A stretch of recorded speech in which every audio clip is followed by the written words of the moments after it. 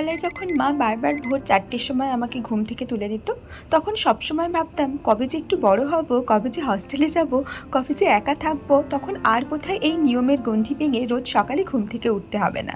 কিন্তু এখন দেখো, যখন কলকাতা থেকে মালদায় এসেছি, তখন আমার দিনগুলো এরকমভাবেই কাটে।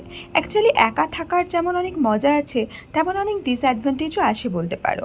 যেমন সকালে ঘুম থেকে তুলে দেওয়ার কেউ থাকে না, রাত করে শুলে রাত করে যদি মোবাইল ঘাঁটি তাহলে কেউ বকার থাকে না।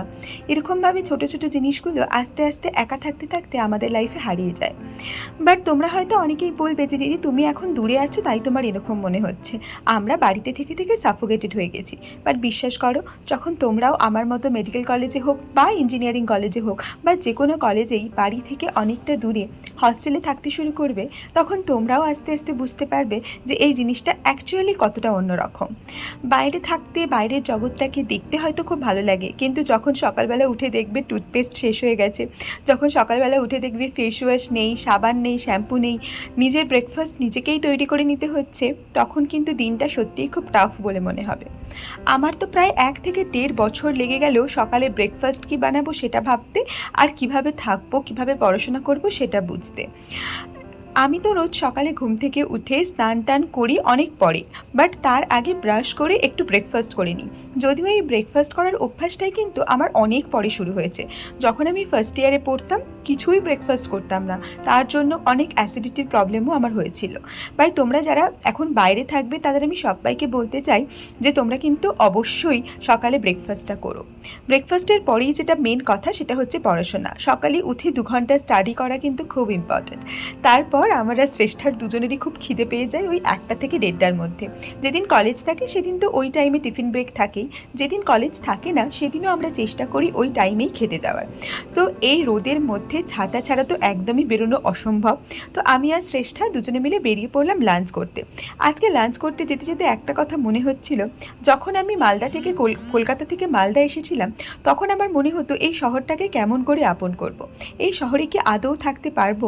তারপর আস্তে আস্তে এই কলেজের চারপাশের দেওয়াল, বাড়ি, ঘর, ডিপার্টমেন্ট, হসপিটাল সব কিছু এতটাই কাছের হয়ে গেল, এখন বাড়ি গেলেই মনে হয় অতিথি অতিথি ফিল হয়। যাই হোক, আজকে লাঞ্চ করতে গিয়ে দেখলাম খাবারটাও কিন্তু খুব সুন্দর ছিল। মোচার তরকারি, সবজি দিয়ে ডাল, মাছ ভাজা, বেগুনি সব মিলিয়ে খাওয়া দাওয়া কমপ্লিট করে চলে এসেছিলাম রুমে। সকাল থেকে স্নান করার টাইম পাইনি, তাই আজকেও স্নান করতে করতে 2টো থেকে 2:30টা বেজে গেল। যাই হোক, স্নান করে বেশ কিন্তু ফ্রেশ লাগছিল। আর একটা জিনিস আমি বাইরে থাকতে থাকতে শিখেছি, সেটা হচ্ছে যখনই তুমি একটা জায়গা থেকে আরেকটা জায়গায় চেঞ্জ করো, তখনই তোমার স্কিন আর চুল কিন্তু খুব বেশিভাবে অ্যাফেক্টেড হয়। তো স্কিন আর হেয়ারের কিন্তু প্রপার ট্রিটমেন্ট করাটা খুব দরকার। যেমন স্নান করে ওঠার পরেই একটা ভালো টোনার লাগাও, ময়শ্চারাইজার লাগাও, আর সেই সাথে সাথে কিন্তু সানস্ক্রিন ইউজ করাও শুরু করো। কারণ আমরা যখন বাইরে থাকি তখন আমাদের রোজ রেগুলার কলেজ হোক, অফিস হোক, কোথাও না কোথাও বেরোতেই হয়, আর সানস্ক্রিন তো ইউজ করা মাস্ট। আর এখন যেরকম গরম পড়েছে, সেই গরমের মধ্যে দাঁড়িয়ে প্রপার স্কিন কেয়ার না করলে স্কিনের কিন্তু 12টা বেজে যাবে। আমারও ফার্স্ট ইয়ারে তাই হয়েছিল, একদমই স্কিনের যত্ন করতে পারতাম না। বাট এখন অনেকটাই চেষ্টা করি যতটা সম্ভব স্কিনের যত্ন করা যায়। ছোটোবেলা থেকেই মা আমার চুলের যত্ন করে এসছে, যদিও এখন মায়ের চুলের যত্নটা অনেক বেশি মিস করি আমি। যাই হোক, অনেকক্ষণ ধরে তোমাদের সাথে বকবক করছি, আর বকবক করতে করতে আমি রেডি হয়ে গেছি। তোমরা কি ভাবছো আমি কি কোথাও বেরোবো? না না, রুমে থাকলেও কিন্তু প্রপার স্কিন কেয়ার রুটিনটা মেনটেন করা খুব দরকার। যাই হোক, অনেক বকবক হলো। কিছুদিন আগে আমার ইউটিউব কমিউনিটিতে বেশ কতগুলো কমেন্ট এসেছিল, যেখানে অনেকের এটাই বক্তব্য ছিল যে দিদি তুমি কি আদৌ পড়াশোনা করো?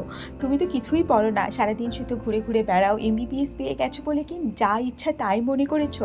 তোমার কি নিজের ড্রেস পোশাকের কোনো ছিঁড়িছাড় নেই? শুধু সেটাই নয়, কালকে আমি কমিউনিটিতে একটা ছবি পোস্ট করেছিলাম, মোস্ট প্রবাবলি এই জামাটা পরেই ছিলাম। সেখানেও সবাই বলেছে আমার নাকি ড্রেসিং সেন্স ঠিক নেই, আমার নাকি কোথায় কি পরতে হয় জানা নেই। বাট আমি সত্যিই বুঝতে পারিনি যে এই ড্রেসিং সেন্সটার মধ্যে কী প্রবলেম আছে। আর বাকি রইল পড়াশোনার কথা। দেখো, পড়াশোনাটা সম্পূর্ণই নিজের নিজের ব্যাপার। কেউ যদি ভাবে যে আমি পড়াশোনা করব না, তাহলে সে ইউটিউব না করেও পড়াশোনা করবে না।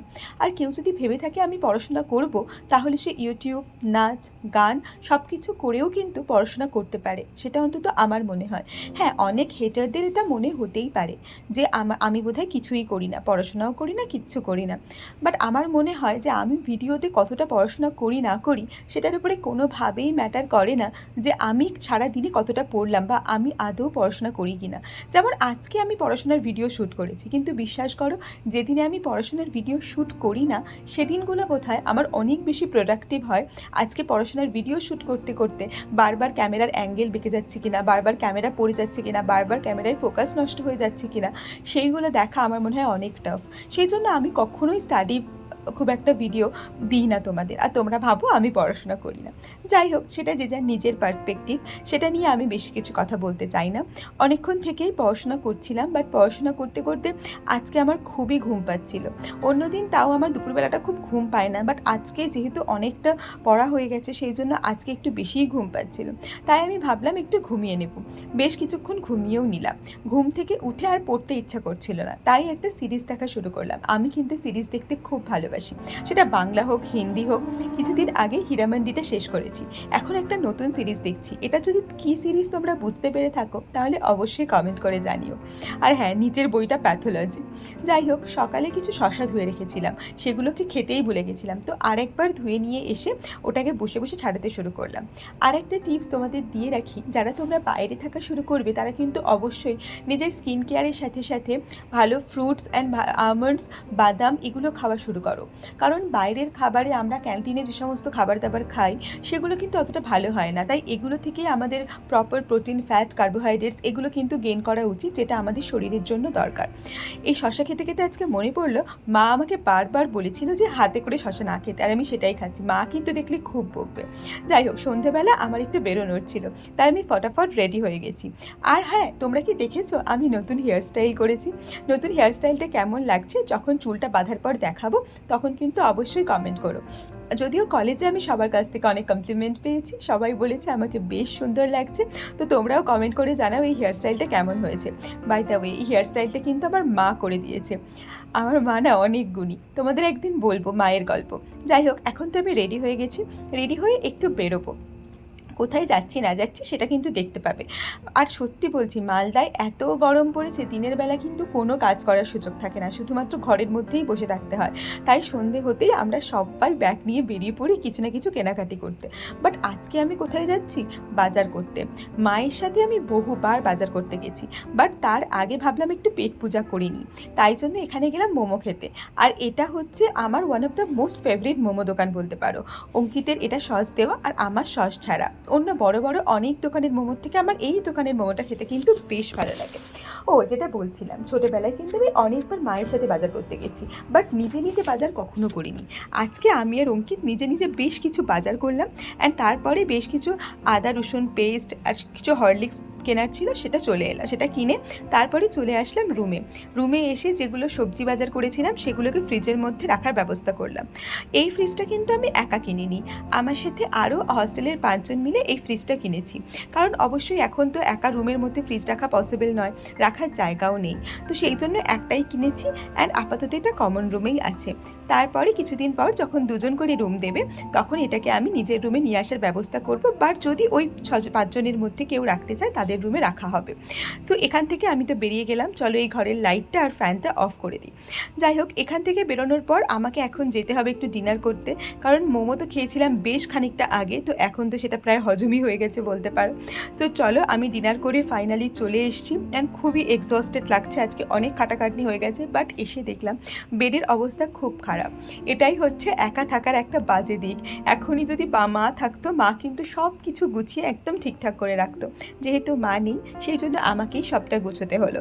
তা এই সব কিছু গুছিয়ে নিজের ড্রেস চেঞ্জ করে proper skin care, hair care করে তারপরেই আমার ছুটি। আজকের দিনটা কিন্তু অনেক কাজের গেল বা অনেক হেক্টিক গেল। আর তোমাদের আজকের ভিডিওটা কেমন লাগলো সেটাও তোমরা কমেন্ট করে জানাও। একটু কিছু নতুন রকম করার চেষ্টা করলাম, তোমাদের ভালো লাগলো কি না তোমরা জানিও। সো দেখা হচ্ছে পরের ভিডিওতে খুব তাড়াতাড়ি, হোক সেটা স্ট্র্যাটেজি ভিডিও বা সেটা ব্লগ।